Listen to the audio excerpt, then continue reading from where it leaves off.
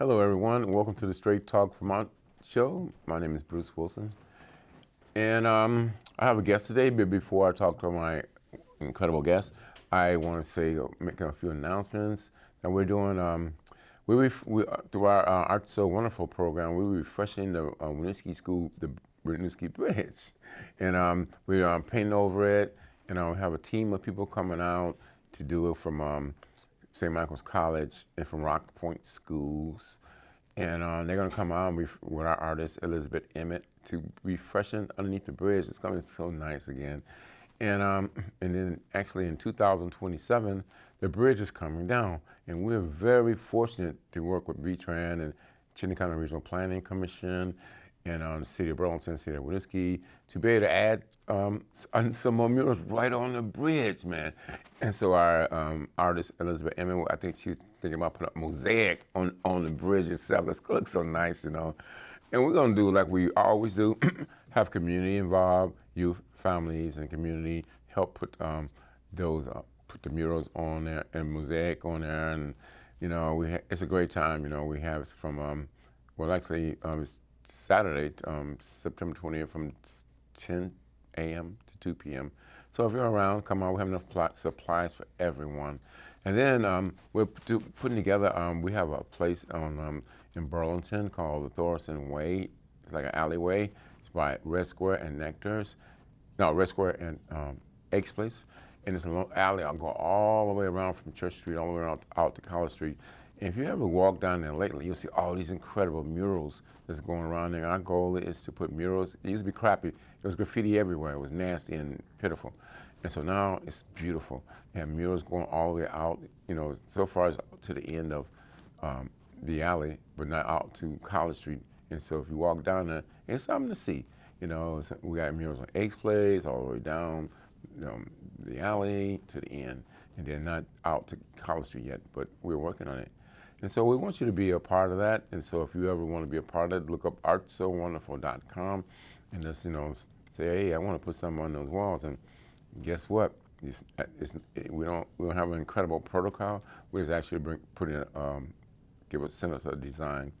And I'll let my art director, Alondra De La Cuesta, check it out. And, you know, everybody's in, so there's no problem with that. So now, I want to talk to our guest, Wilmer Chavarria. Mm-hmm. And Wilmer Chavarria is the superintendent of Winooski School District. Now, well, my God, last time we was on the show, we talked about the Winooski School District construction. And I don't think it was finished in. I don't think it was. It was barely. It was finished, but we were, you know, very fresh. Yeah. Still, the paint felt. You could still smell the paint. Yeah. Oh man, what a beautiful school, man. I had the privilege. You invited me to do a presentation on Know Your Rights because I am the Vermont Human Rights Commissioner. Yeah. And I was along with other people, and it was well attended, and then y'all provided lunch. Man, I was like in the line. I was in that line like 3 times. Wait a minute, what do you mean? You know, weren't you in this Only line? 3 times. I know, weren't you in this line once before? Yeah, yes, I was. But so thank you for providing lunch and putting on that Know Your Rights because that's very important. You know, people need to know about school and housing and immigration and how when law enforcement stop you and what you should do. You know. Mm-hmm. And thank God through our Human Rights Commission, with our staff, attorneys, and our executive director and outreach person, we got a new outreach person, Kate, that we're able to really reach, you know, present to communities more than normally. And so we was at Human Rights Commission was at the Pride Festival this year. Mm-hmm. Man, it was so much fun. I'm telling you. You know, usually I look up on the Pride Festival, you know, just like I'm just down and dancing, damn Pride, because that's the biggest thing ever. Man, you never see so many people marching in the parade, so many people showcasing what they do, live performing stages. I mean, it's nothing bigger than the Pride Festival. You know, I can't think of another. And I've been in Vermont since '89, I've seen a lot of events, but this is like used to be like the Reggae Fest or something like that down there, but we're celebrating like 4th of July, 3rd of July, whatever it is, down there. But Pride Festival got it knocked down. So many people line up to just walk in the parade. And so, how big is that? So it was like, I was sitting in City Hall Park. That's where I think that's where they started at. And man, so many people was walked in the parade. I was talking to our executive director, Big Harmon. They said that we're number 6. So I was on my bike, start off in the parade. So Big made sure that we was right. Our registration was right up there. And so, I got some cool glass. We was gonna wear some swag at our humor school. We had some glasses and candy, and I was like putting that in my own stomach. I need some more of those glasses. I need sunglasses and whatever. So much fun. We talked. Big Harmon, our executive director, was Channel 3 talked to her. He was on the news, and 7 days took photos of she and I. And it was popular down there. It was a really nice parade. I was there. I enjoyed seeing how big it was. There was a huge gap between. I think something happened in between. I think something happened to the wonderful giraffes that we had this year. So it broke the parade apart in 2. Yeah. So that caused a little bit of confusion. But otherwise, it was amazing. Yeah. So Wilmer. So I was like, damn. That's my man in there. That's my boy on the stage talking. What were you talking about, Wilmer? What the hell you were talking about? I was talking, as always, I'm talking about how we think about our kids, our young people, especially the people who are the most vulnerable right now, and oftentimes, and who are the kids that a lot of their own families and a lot of adults out there don't like. Some people believe that it's okay to dislike young people for things that those young people just can't change. Right. And we use rhetoric on TV, on papers, and social media to hurt those young people because of things that, either because of the color of their skin, because of their social economic background, right. because of their gender identity, wherever it is. Personalities and individuality. Yeah. I mean, you can't knock them for that. There are so many ways in which our kids are different, and they all are beautiful human beings in their own way. But some grown adults believe that it's okay to attack them, right. and to make scapegoats out of them, and to create the conditions to promote hate against right. kids and young people. And so my message that day is the same one I have oftentimes, which is the kids are watching and they want to see whether they're safe with us. They want to see not only whether they're safe with us, they want to see future versions of themselves living life fully. Right. So whether you're gay, straight, a person of color, whoever you are, there's a younger version of yourself watching you. And if you inhibit yourself and if you hide, then they think that that's their future too. Right, right. So we owe it to the young people to not hide. Right. We owe it to the young people to celebrate who we are and celebrate them and celebrate each other, so they know that they have a future without hiding. Right. They have a future without having to compromise everything that they are, without being selective about what you bring forward and what you hide, which is what many grown adults are trying to do to kids. They're trying to tell them to be however they've decided kids have to be. Right, right. And another thing too is like, Wilmer, is that a lot of these youth, adults be saying that, they've been there, done that. But they ain't been there, done that. Not at all, not even tiny bit. Because, when I was growing up, people were like, internet, or Facebook or Twitter or Instagram.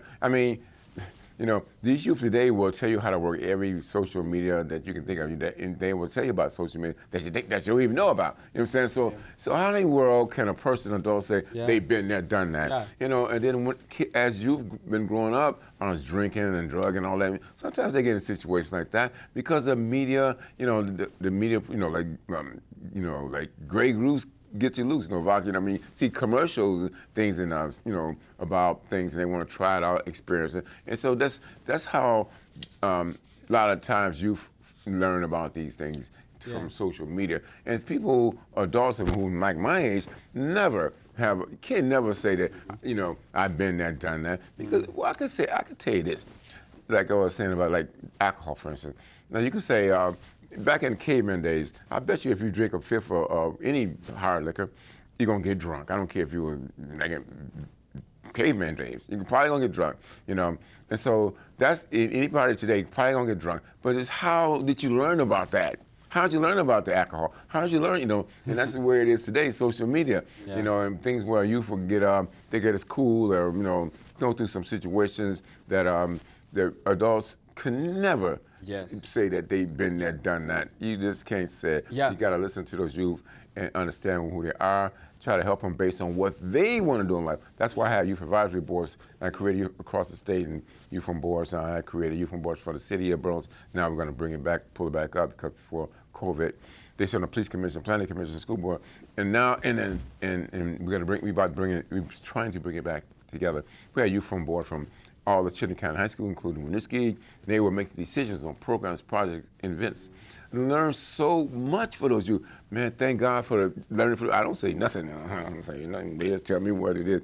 Now, we don't never use the word mentee in our group, because everybody's a mentor. You know, if you say, you know, first, I created a mentoring program for Youth Bill Burlington one year, and I learned for a fact that I don't even use the word mentee, you know, because you learn so much from them. And so, how in the world, you know, first of all, in the mentoring program, they like. You know, it should be same agenda, and it should be you know, you have something in common, right? And so when the first time you tell a youth that they think they're a mentee, then all of a sudden they think, well, you're gonna tell me what to do. Everything you say, I gotta do. You know, so what relationship is that? You know, when you can, you know, that we never did that. We never use the word mentee. We always use mentor, because that's what they are to us. How much you learn from a youth? I know you learn a lot from youth every day, because you're the superintendent of Winooski School District. You know, how much you learn? So much. You know? I love that point. I had two interactions that I will remember. Two interactions today with students. Just before coming, not right before coming here, but today. One was a young student, I think in first grade, whose eyes lit up and came to ask me this question. I was in the cafeteria. Sometimes I like sitting down with kids and just have lunch with them. And I sat down next to this one child, and he's like, "Are you Nepali?" And the child is from a Nepali family. And I didn't want to break his heart, because the reason he was excited was because he thought I was part of his community, part of his family, just because of the way I look. I'm like, okay, that's a great asset, because I have a whole other community where kids who are still young just see me as one of a safe person from their community. So I had to word salad my way out of that, so that I wouldn't kill his excitement, because I'm not Nepali. But I thought about the significance of that moment, of feeling a connection with an adult that they can look up to, or that they see as somebody who can be a model for who they want to be in the future. Another interaction I had today with students was I visited a class, and they were talking about a fashion designer whose name is Willie Chavarria. Oh, really? My name is Wilmer Chavarria. This designer in LA, his name is Willie Chavarria. And they were reading an article by this designer in the New York Times. And a student there, point blank, asked me, looked at me, saw me that I wear a tie and all of this. You be sharp all the time. "What does fashion mean to you?" he said. And oh my gosh, I had never felt more intimidated in my life by a student than that moment. And I looked back at him, and he was wearing, I don't want to out whoever asked me this question, I'm not going to give too many details. He was wearing some of the most amazing outfit, and the best matching outfit I've seen. And I wished I could reflect that back, but then I understood the question that's being asked to me. I have to be careful about what I'm hearing, because maybe it doesn't mean what I think it means. Maybe the answer that I need to give here is not what I would give the rest of the adults. So I like how you touch on the point of the arrogance that we have as adults to believe that we know what it's like to be a young person today. We have no idea. No idea, man. We have no idea, and we just have to, it's enough for you to interact with young people, whether in schools or at home, to realize that we have no idea. They don't have to know that we have no idea, because we still have a responsibility to set a healthy amount of boundaries, a healthy amount of guidance for people who are developing and becoming young adults. And there are many things that they still have to learn. And it is our responsibility as caregivers and educators to provide them enough structure so that they can safely explore who they are, safely explore the world, take risks, face some mildly dangerous situations. But being very careful that those structures do not become so rigid that we do not allow them to actually develop the way they're supposed to. Invent themselves too. Exactly, because they're the experts of themselves. They know exactly who they are in that moment. Maybe they don't know who they will be, or they don't know everything about the world, but we don't know a fraction of what they know about themselves, and we need to give them that space to become who they are. And they need to know that we are safe. And if we provide rigidity to the point in which it just feels like oppression, then we've lost them. Then we're no longer allies in that development. Then we're just a barrier to them, and they will disengage. And that's not healthy for us as a community, and it's definitely not healthy for the young person. No doubt about it. I mean, how can we get better if we don't listen to them? You know, where in the world we can just get better. Right, you've got to understand who they are, what their mission, their goal. I mean, their mission, goals, and objectives are. You know, what they want to try to do in life, what direction they need to go in, ways we can help them get there. You know, what I mean, based on the people we know, the knowledge we know. We want to help them based on what they want to do. We want to keep them on a straight path, and the best we can, for their goals and aspirations in life. And like they can change their mind. Like how many people am I here for? Like, I want to be a nurse. I want to be a doctor, lawyer, internship, whatever. And I say I'm not a doctor, lawyer, or internship, but I do know 2 internships. You know what I mean? And I can help. I can introduce to them. They can tell you what it entails to do that. You know what I'm saying? And then they can change their mind all the time. That's okay. One girl, I'm giving an example. One girl's in my high school, and then she went on to college, high school youth and college advisory boards, and she wanted to be a nurse. And and the first day, she wanted to be a pediatrician. So I introduced her to Dr. Lewis first, so he can tell, talk to her about what it entails to be a pediatrician. And he was the chief pediatrician at the UVM Medical Center, and for forever, he probably still is. And so she talked to him, and then she was so excited. She took all the science. She was smart as a whip. You knew she was going to be a pediatrician. You just knew it. I knew she was going to be it. And then when she talked to Dr. Lewis first, and he told her that,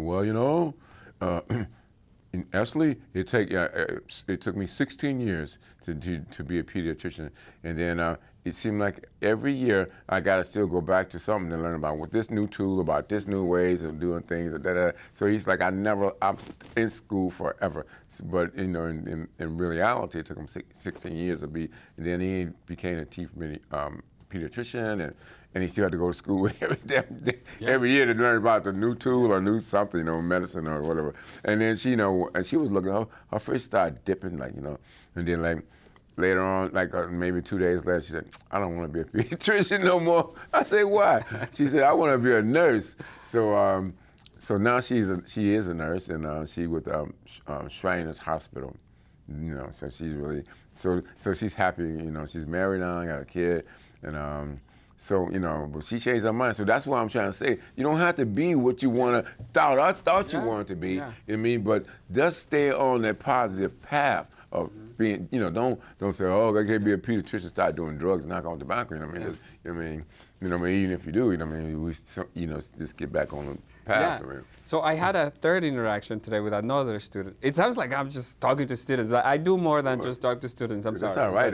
That's talking to wonderful students. You got a staff, to do a lot of that stuff that you do. I do a lot, but you did remind me of a third interaction I had today with a student who came, a wonderful educator, Caitlin, in our system, introduced me to a former student of ours. So she's technically not a student, she's a graduate of Winooski. Nice. But who was fresh in college now, and wanted to have a conversation with me about what it had meant to me to be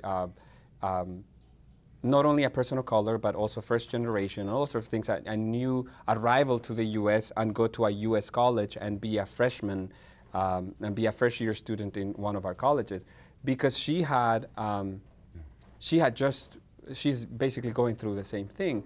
And you will find challenges, even if you're not a person of color, even if you're not an international student, even if you've spoken English since you were 1, whatever. Being a first year student in college is hard. And the tears and everything that comes along with it, I understand parents that just let go of their kids in college. I feel for them because the kids will go through something. It is normal. Now, but add to that all the other layers, right? And I really love that conversation with the student today in my office with the teacher, because it had to bring me back to that time for myself, the time when I went through that. And I love that you bring this up, because if I went back in time, I would have thought myself like unreasonable or like really detached from reality to believe that I would ever be who I am today. Superintendent. Never. Winooski School District. That's certainly was. Deal, that was man. Not in my. That was not in the playbook. Yeah. It's not about the level of power or position or whatever. It's the nature of like, I didn't think I was going to become an educator. My mother, according to her, she knew I was going to be. She says that when I was a child, she constantly said that I was going to be a teacher. Mamas know. I guess she knew, but I didn't know, right? And that was okay, but I appreciate the adults in my life. I appreciate the adults in my life who did the right thing, which was I was not pressured to go in one path and one path only. In fact, people allowed me to make mistakes. People allowed me to waste time. And that is a big deal. Because it might seem like a waste of time to many of us, especially to a parent that's paying a lot of money for their child to live for 3 months anywhere. No doubt about it. But we just don't know. I think we have to trust our young people a little more. Oh, man. I think we have to allow them space to go through things, because we have no idea what's in the future for them and what actually will bring them a meaningful and fulfilling life. I think we have to allow them that space. I agree with you 100%. You know, you have to do it, and like I'm a witness from youth. You have to allow them to do. That's why I have youth advisory boards. And I don't know if I told you last time, but my daughter went to the Kennedy Middle School and graduated from high school. All right. Yeah, years ago. Yeah, Jasmine. But anyways, so I agree with you 100%. So we got say 8 minutes, whatever. So so what's new in the school? I know you got that incredible theater and some academics. What's going on? Just tell me what's is there any plays or anything going on there? All sorts of things are going on. So please go to our website and check out what's new. We also have a newsletter that you can subscribe to. We also send we have a weekly newsletter that goes out online, but also we all have a joint newsletter with the city of Winooski that gets mailed to everybody monthly. So hopefully people are following us that way. We have a thriving social media presence. I recommend that you visit us on Instagram. We are avid posters. We post at least 3 times a day, every day, and we post exciting pictures, the action, what's going on in the schools, and we keep you updated with events that might be going on, exciting things for the community.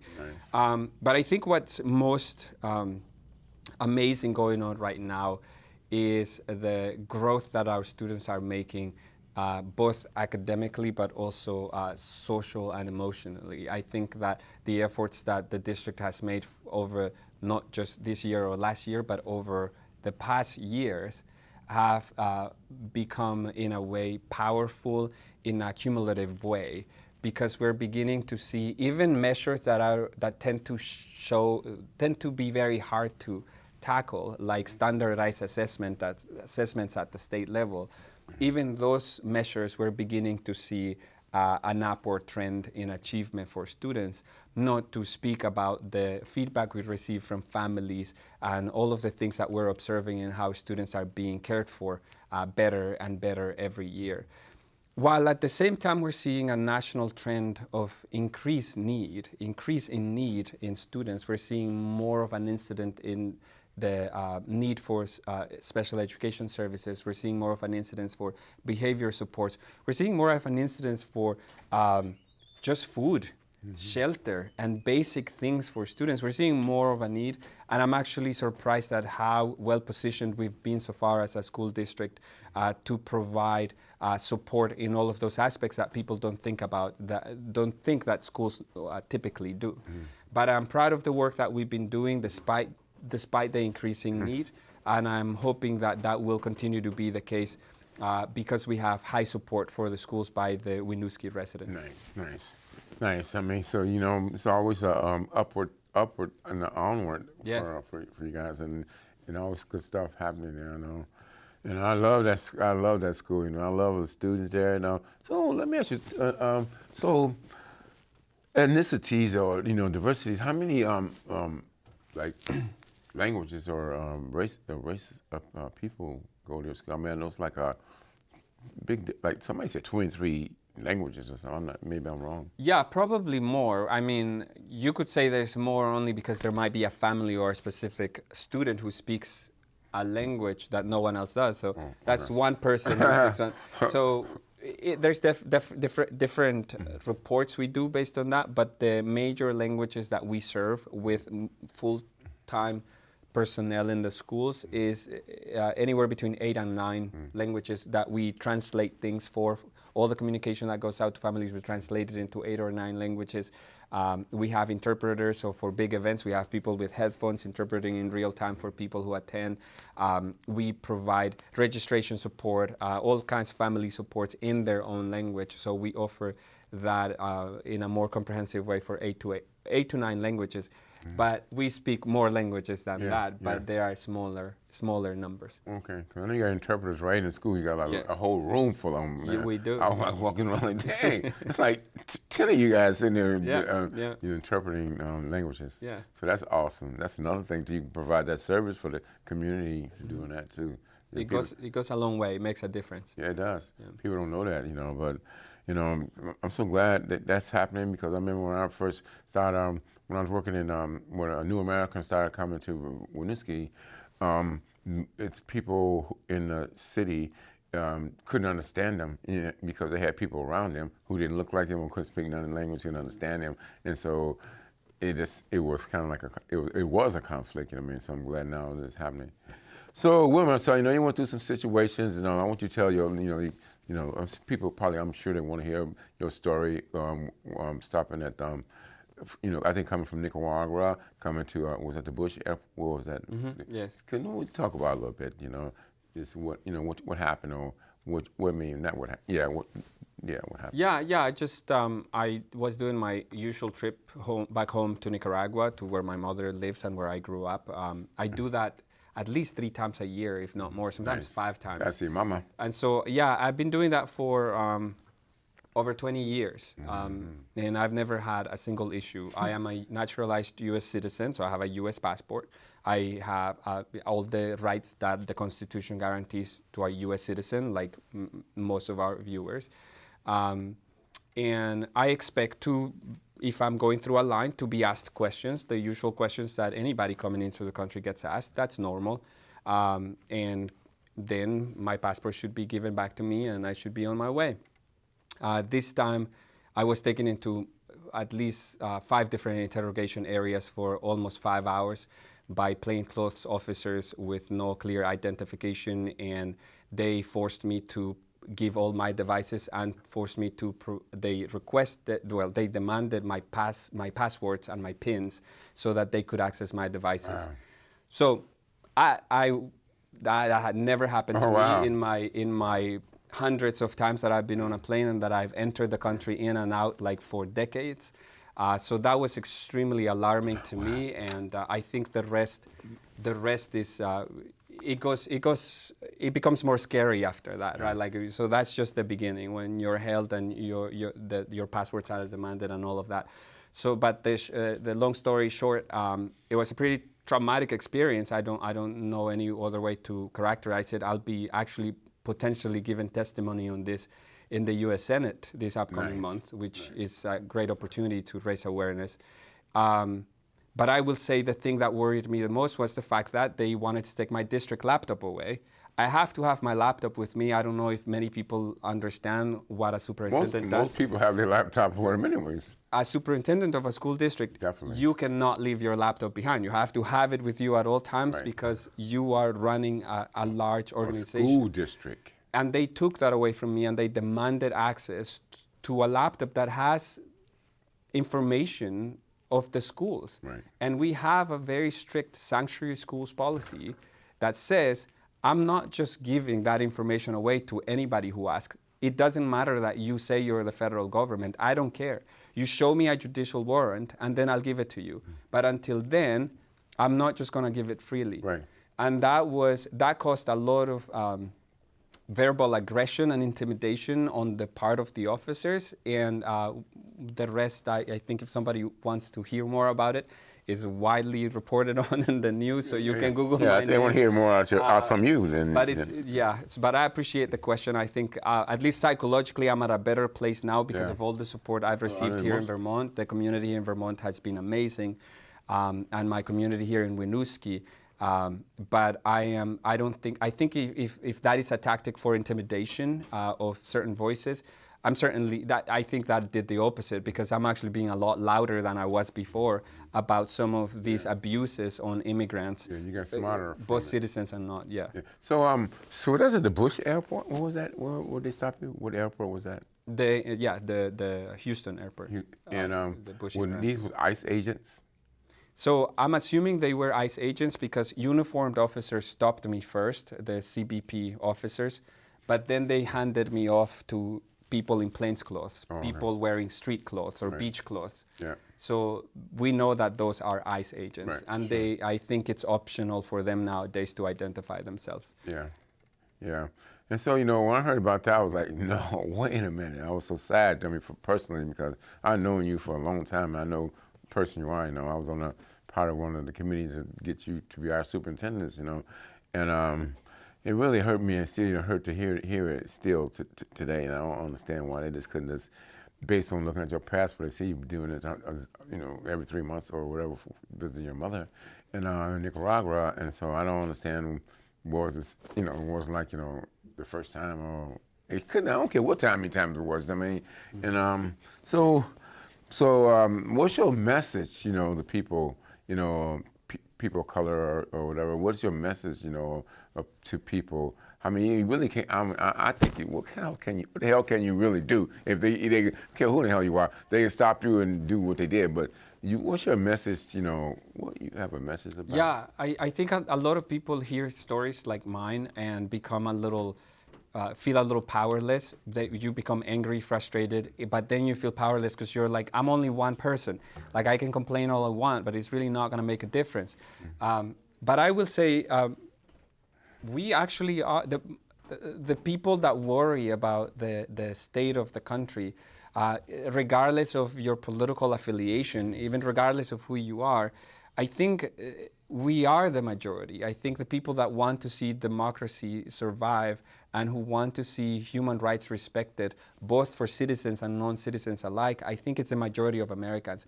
I refuse to believe that the majority of Americans want to see their country deteriorate in that way. And again, I'm not talking only about Democrats or progressives or independents. I'm also talking about Republicans. I know a good number of Republican people, many of whom I know personally, who are concerned about some of these developments that we're seeing. So to that, my message is, let's not feel powerless, and let's not assume that things that seem small to us, like speaking up, whether it's on social media or with your friends or attending a local meeting, let's not downplay the impact and power of that.